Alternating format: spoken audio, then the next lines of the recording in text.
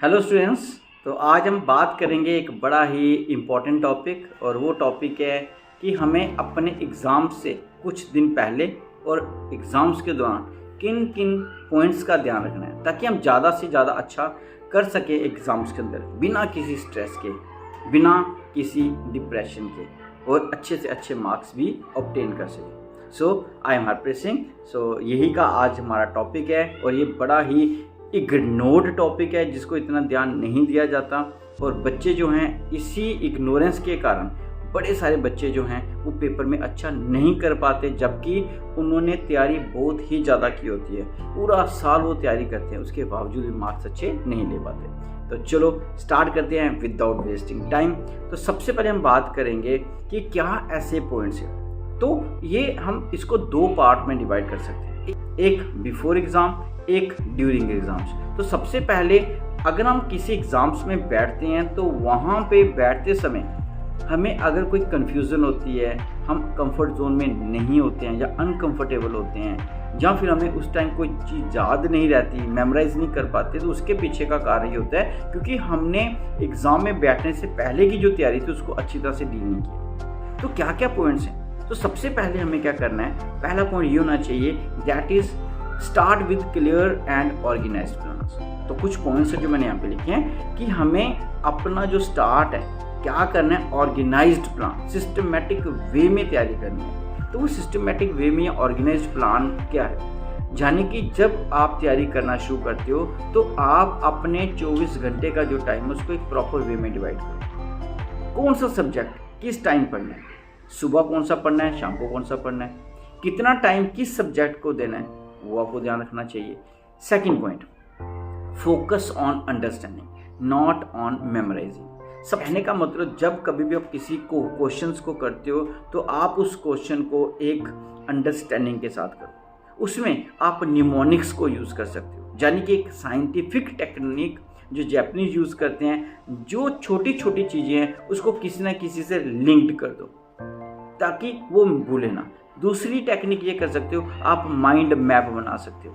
Mind map क्या होता है कि कोई भी एक, जिसको नक्शा बोलते हैं, यानी कि ब्रेन के अंदर एक ऐसा नक्शा बना दो, एक ऐसा मैप बना दो जो हमेशा याद रहेगा। क्योंकि ये जब आप मैप बनाते हो किसी भी क्वेश्चन का जिसमें बहुत सारे पॉइंट्स हैं, जब आप उसका मैप बनाते हो तो उससे फ़ायदा ये होता है कि वो आपके राइट ब्रेन में चला जाता है, और जो चीज़ राइट ब्रेन में जाती है कहते हैं वो ज़्यादा देर तक आपको याद रहती है, क्योंकि वो आपने इंटरेस्ट से की है। मैप आप इंटरेस्ट से ही करते हो, एक क्रिएटिविटी के साथ करते हो, और क्रिएटिविटी से जब करते हो तो राइट ब्रेन एक्टिव होता है, तो वो चीज़ आपको कभी नहीं भूलेगी और वो आप मज़े से करोगे। तो जब पेपर में जाएंगे देखेंगे इस मैप से क्या करना है फिर हमें। ये आपका सेकंड पॉइंट रहेगा। थर्ड पॉइंट की बात करेंगे, practice with past papers and sample papers. तो आपके पास बड़े सारे पुराने पेपर्स होते हैं, तो पेपर देने से पहले, यानी कि एग्जाम में बैठने से पहले, एक अपने आप के साथ ही मॉक ड्रिल जिसको बोलते हो, मॉक एग्जाम्स ड्रिल जो होती है वो कर लो। यानी कि आप अपने, अगर फिजिक्स का पेपर कर रहे हो तो फिजिक्स के पुराने पेपर्स हैं 5 या 6 ले लो, और अपना कुछ टाइम रख लो कि 1 घंटे या 2 घंटे के अंदर मैंने ये पूरा पेपर सॉल्व करना है, क्योंकि तैयारी तो आपने पहले से की होगी। उससे होगा क्या, और जब आप बैठते हो इस बेंट ऑफ माइंड से बैठो कि हम क्लासरूम के अंदर बैठे, हम एग्ज़ाम्स दे रहे हैं, क्योंकि जब आप एग्ज़ाम दे रहे हो तो आप आगे पीछे तो देखोगे नहीं, अपना पेपर देखोगे, फोकस आपका बढ़ेगा, तो आप उस पेपर को करना शुरू कर दो। और अपने दिमाग में हमेशा 100% ये रखो कि मैं एग्ज़ाम सेंटर में बैठा हूँ, और वैसी तैयारी करके बैठो जैसे वहाँ पे बैठते हो। अपना एक वॉच रखो, पानी की बोतल रखो, जो भी चीज़ वहाँ पे चाहिए थी, पेंसिल, सब कुछ, और टाइम पूरा नोट करो कि मैंने अब स्टार्ट किया, और जैसे उतना टाइम होने वाला होगा अपने आप को खुद एक अलार्म दो, 5 मिनट रह गए हैं, 4 मिनट रह गए हैं। इससे क्या होगा कि आपको जब एग्ज़ाम में बैठोगे तो उसका फ़ायदा होगा। कैसे होगा हम आगे बात करेंगे वीडियो में। ये भी आपकी तैयारी है। तो ये मॉक ड्रिल आपको सबसे ज़्यादा कॉन्फिडेंस दिलवाती है, क्योंकि यहाँ से आपको अपनी गलती का भी पता चलेगा, और ये भी पता चलेगा कि क्या हम पेपर टाइम पे कर रहे हैं या नहीं कर रहे हैं। क्योंकि बहुत सारे बच्चों की ये कंप्लेंट आती है सर हम बड़ा स्लो लिखते हैं। तो अगर स्लो लिखते हो तो आप स्पीड तो बढ़ा नहीं पाओगे, स्पीड बढ़ाओगे तो राइटिंग इतनी ख़राब हो जाएगी। इसका मतलब जब आप पेपर करते हो तो अगर स्लो करते हो, टाइम पे नहीं कर पा रहे, तो आपको एक स्ट्रैटेजी अपनानी पड़ेगी। आप अपने क्वेश्चन का जो माइंड मैप मैंने बोला था वो हर क्वेश्चन का बनाओ और उसके जो पॉइंट्स होते हैं उनको बिल्कुल शॉर्ट में एक्सप्लेन करो। तो जो आप माइंड मैप बनाते हो, स्टार्टिंग में एक चार्ट बना देते हो हर क्वेश्चन का, उससे आपको टीचर खुश होकर कुछ मार्क्स स्टार्टिंग में दे देंगे। उससे कारण जो आगे आप करते हो वो भूलेगा नहीं, उससे स्पीड बढ़ती है। क्योंकि मैक्सिमम टाइम क्या होता है, हमें 1-2 मिनट तो क्वेश्चन को याद करने, उसके पॉइंट्स को याद करने में लग जाते हैं। माइंड मैप का ये फायदा होगा कि जब आप लिखोगे उसको तो उससे आपके पॉइंट्स सामने होंगे, उसको आप खुद लिख सकते हो। इतना हमारे अंदर कैलिबर होता है कि हम उस पॉइंट से लिख सकते हैं। सो ये भी एक बेनिफिट होगा। इसके बाद थर्ड बात करें हम, that is manage your time effectively. तो ये सबसे इंपॉर्टेंट चीज़ है कि अपना टाइम टेबल, जो मैंने स्टार्टिंग में भी बोला था, उसको मैनेज करना सीखो कि किस तरह से हमें लास्ट वाले जो 15 दिन 20 दिन होते हैं उनको किस तरह से यूटिलाइज करके हम मैक्सिमम आउटपुट निकाल सकते हैं, और जितनी आउटपुट निकालोगे वो लास्ट में आपको काम आएगी। So these are the 4 points.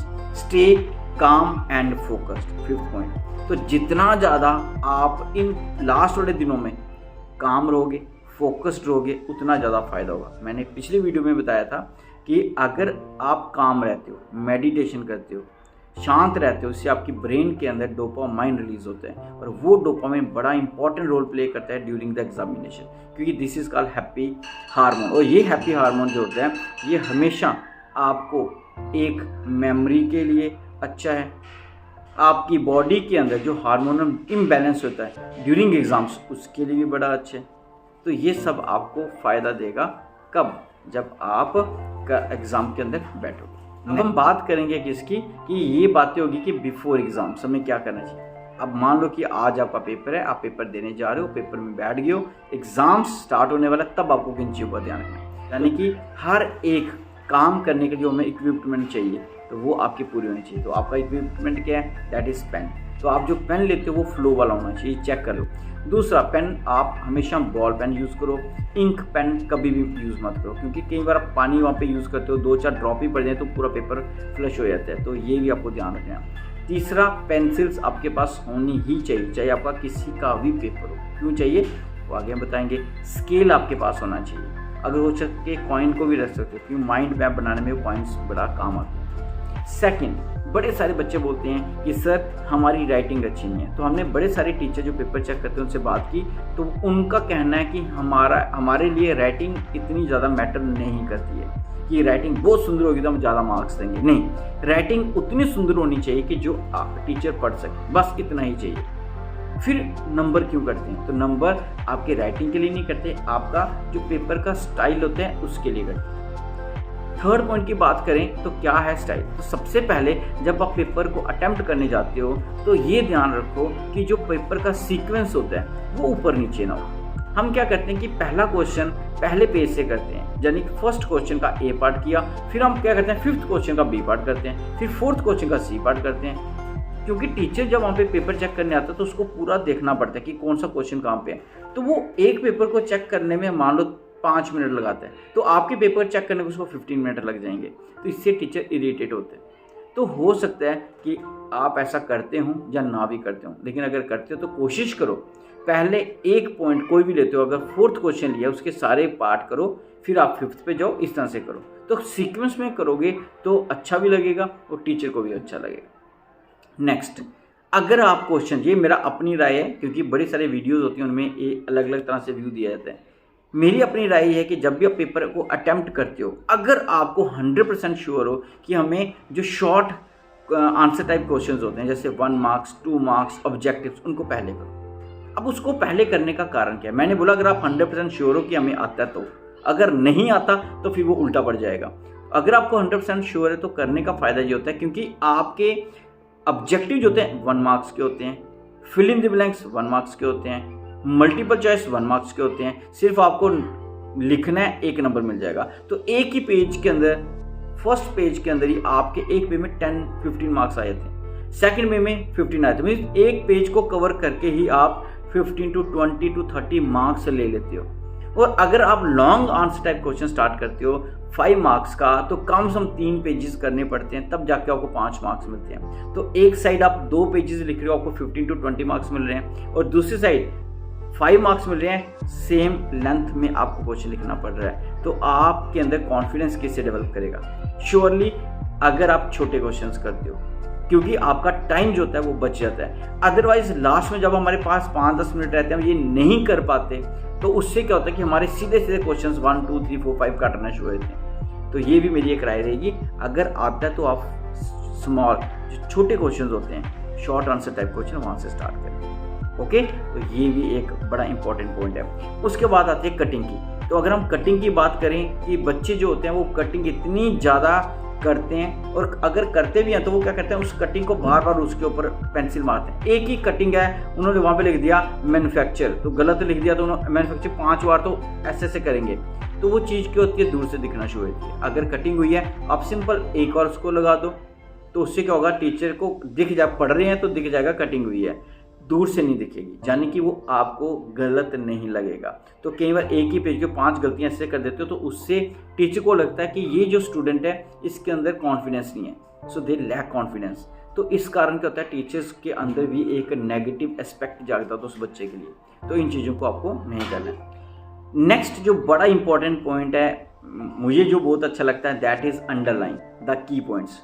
तो जब बच्चे काम करते हैं लेकिन अंडरलाइन नहीं करते की पॉइंट्स को, तो टीचर को पूरे का पूरा पेज जितना भी एक जैसा लगता है, उनको लगता है सेम ही चल रहा है। लेकिन जब आप पेंसिल, जो मैंने बोला था आप स्टार्टिंग में लेके आओ, स्केल लेके आप जो हेडिंग्स होती हैं उनको अंडरलाइन करो, डबल अंडरलाइन करो, दिखेगी हेडिंग्स पेंसिल्स के साथ। और उसके अंदर कंटेंट लिखते समय अगर कोई इंपॉर्टेंट चीज़ें हैं तो आप उनको भी अंडरलाइन करो सिंगल, यानी कि टीचर को आप ये बताओ कि भाई आप इसको इससे देख के नंबर दे रहे हो, ये जो अंडरलाइन ये भी इंपॉर्टेंट है, ये किसी और बच्चे ने नहीं लिखा है, मैंने लिखा है, या बड़ा इंपॉर्टेंट है। उससे आप टीचर के ब्रेन के साथ काम करें, यानी कि टीचर को अवेयर करो, भाई मैं अच्छा हूँ और आपको अच्छे मार्क्स देने ही पड़ेंगे, तो ये बड़ा इंपॉर्टेंट रहेगा। तो इसको अंडरलाइन जरूर करो। और मैंने बोला था माइंड मैप जो है बीच बीच में जो कुछ जरूर बनाएं, जो माइंड मैप लर्न करके कुछ की नोट्स के, वो आप जरूर वहाँ पे बनाएं। उससे टीचर को लगा ये पेपर दूसरे बच्चों से थोड़ा डिफरेंट है। अदरवाइज बच्चे सारे के सारे एक जैसा करते हैं, तो मार्क्स का जो होता है थोड़ा सा गड़बड़ी होती है। तो ये भी बड़ा इंपॉर्टेंट रोल प्ले करता है एक एग्जाम्स के लिए। नेक्स्ट अगर हम बात करें, दैट इज़ लास्ट जब 10 मिनट्स बच जाते हैं तो क्या करना पड़ेगा। तो आप लास्ट 10 मिनट्स में अगर कोई क्वेश्चन रह जाता है, जैसे 5 मार्क्स का रह जाता है, 3 मार्क्स का रहता है, टाइम बड़ा कम है, क्वेश्चन आपके ज़्यादा हैं, तो आप उन क्वेश्चन का, मैंने अभी बोला, कंटेंट जो होता है ना लिख के पॉइंट्स में लिखना शुरू कर दो। क्योंकि कंटेंट अगर आप एक का लिखोगे तो पूरा छोड़ दोगे, तो जब आप उसको लिखोगे पॉइंट्स में लिखो, माइंड मैप यूज़ करो, उससे क्या होगा, टीचर को लगे इसको आता था, टाइम कम था, तो वो आपको सिंपैथी के साथ या फिर ऐसे भी मार्क्स दे देंगे। हाँ, ये है कि 3 में से 3 पूरे नहीं देंगे, आपको 2 दे देंगे, 2 मार्क्स दे देंगे, 5 है तो 4 दे देंगे, 3 दे देंगे, लेकिन मिलेंगे जरूर। लेकिन अगर आप एक ही को अटैम्प्ट कर देंगे, उसका भी पूरा नहीं मिलेगा, दूसरा भी छूट जाएगा। तो लास्ट टाइम थोड़ा सा इस चीज़ को ध्यान रखना है। अगर हो सके, टाइम हो ना सके, करना ही करना है, तो लास्ट में आप अपने पेपर जो होते हैं उसको रिवाइज जरूर करें, ठीक है ना। तो ये ध्यान रखना है, रिवाइज एंड प्रूफ रीडिंग पता ही है आपको, यानी कि कोई गलती तो नहीं होगी है। अगर गलती हो गया, क्योंकि जब हम लिख रहे होते हैं तो हमें उस टाइम इतना ध्यान नहीं होता है, लेकिन जब हम पूरा एग्जाम कर लेंगे, बैठे होते, तब आप पूरे रिलैक्स्ड हो, और अब आप अपने ही पेपर में से गलतियाँ भी निकाल सकते हो, तो उसको बोलते हो प्रूफ रीडिंग। तो प्रूफ रीडिंग आपका लास्ट स्टेप रहेगा और इम्पॉर्टेंट स्टेप है, क्योंकि इससे बड़ी सारी, आप ऐसे सोचो कि मैं टीचर हूँ, अपना ही पेपर चेक कर रहा हूँ, तो जब इस वे से करोगे तो आपको गलतियाँ दिखेंगी भी, और उन गलतियों को निकाल के आप अपने क्वेश्चन का 1-2 मार्क्स या 3 या 5 मार्क्स भी सही कर सकते हो। और कई बार तो हम क्वेश्चन ही गलत पढ़ के गलत आंसर दे चुके होते हैं, तो क्वेश्चंस को भी जरूर देखें। और एक और चीज़ बड़ी इंपॉर्टेंट बताऊंगा कि बच्चे ज़्यादातर गलती क्या करते हैं, वो क्या करते हैं कि जब आप पेपर कर रहे होते हो, आंसर्स लिख रहे होते हो, तो आंसर्स 2 आंसर्स के बीच में जगह नहीं छोड़ते हो, एक भी लाइन नहीं छोड़ते हो। तो इतनी कंजूसी भी नहीं करनी है, क्योंकि पेपर तो उन्होंने देने हैं और हमारे पास इतने शीट्स होती हैं कि आपको एक्स्ट्रा भी मिल जाएगी। तो आप जब भी लिखते हो तो क्वेश्चन का नंबर जरूर लिखें, question number this and answer number this. Question चाहे मत लिखो, क्वेश्चन का नंबर लिख दो और नीचे आंसर लिख के उसका नंबर भी डाल दो। इससे टीचर को बड़ी आसानी हो जाती है। अगर आप क्वेश्चन फर्स्ट का सी पार्ट करते हो, question number first C part, then answer first and C part, तो ये बड़ा अच्छा लगता है टीचर को देखने में। और बीच में एक आंसर का दूसरे आंसर के जब लिखते हो, उसको जरूर आप जगह छोड़ो। इससे भी जो टीचर है वो अच्छा फील करता है पेपर को देख के, और बच्चा टीचर फील करेगा तो मार्क्स तो मिलेंगे ही मिलेंगे आपको। ओके, तो ये थे कुछ पॉइंट्स जो मैं चाहता था कि आपसे डिस्कस करूं, क्योंकि पेपर चल रहे हैं तो इन चीज़ों को ध्यान रखो। अच्छा खाओ, क्योंकि इस टाइम आपको सबसे इम्पॉर्टेंट चीज़ है अपना न्यूट्रिशन। तो अपना न्यूट्रिशन जो है वो आप पे ध्यान दो, बड़ा हैवी मत खाओ, लाइट चीज़ें खाओ और मस्त रहो। मस्त रहना सबसे इम्पॉर्टेंट है। तो थैंक यू, आज का वीडियो यहाँ तक रहेगा। तो इसी के साथ आगे कोई और टॉपिक के साथ आएंगे जो बड़ा इंपॉर्टेंट होगा एग्जामिनेशन पॉइंट ऑफ व्यू से, पेरेंट्स के लिए भी और बच्चों के लिए भी। तो थैंक यू वेरी मच। और मैं हमेशा बोलता हूँ, अगर ये वीडियो अच्छी लगती है तो प्लीज़ इस वीडियो को जो ऐसे बच्चे जिनको ये चाहिए उनको ज़रूर शेयर करें। हो सकता है कि आपके कारण किसी और बच्चे का भी भला हो जाए और पेरेंट्स का भी हो जाए, क्योंकि इस टाइम बच्चे से ज़्यादा पेरेंट्स जो होते हैं वो टेंस होते हैं। चलो, थैंक यू वेरी मच।